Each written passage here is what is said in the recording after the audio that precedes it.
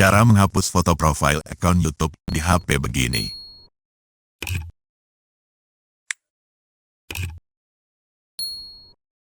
Langsung saja tap foto profilnya.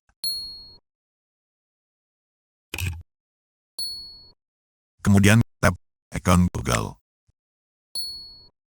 Tap lagi foto profilnya. Pilih hapus.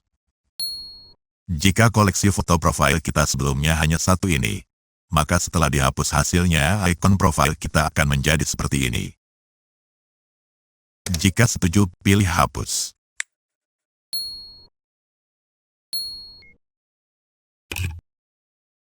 Tutup.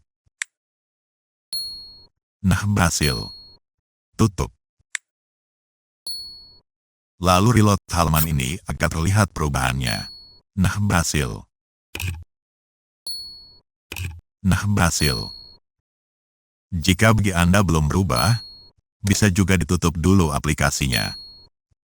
Kemudian dibuka lagi. Jika masih belum,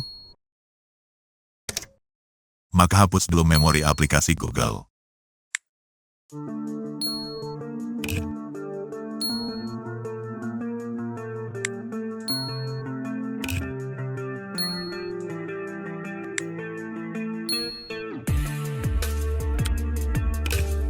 Kemudian baru dibuka lagi aplikasinya.